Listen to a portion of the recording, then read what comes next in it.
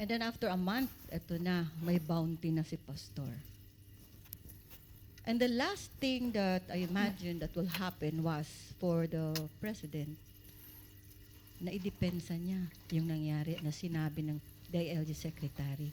It took RA 6713, Section 17, for the president to speak out. At nung nagsalita siya, when you finally broke your silence, your true colors came out. That you are truly hell-bent to get our beloved pastor at all cost. You gave yourself away. Iniisip namin, sino ba nag-utos sa mga nangyari dito sa KOJC? Saan ba galing tong order na to? Well, sinasabi, naniniwala ako sa sinasabi na a fish is caught by its mouth. Nahuhuling isda sa kanyang bibig. Meaning, sa mga sinabi mo, yun na nga, you were caught off-handed.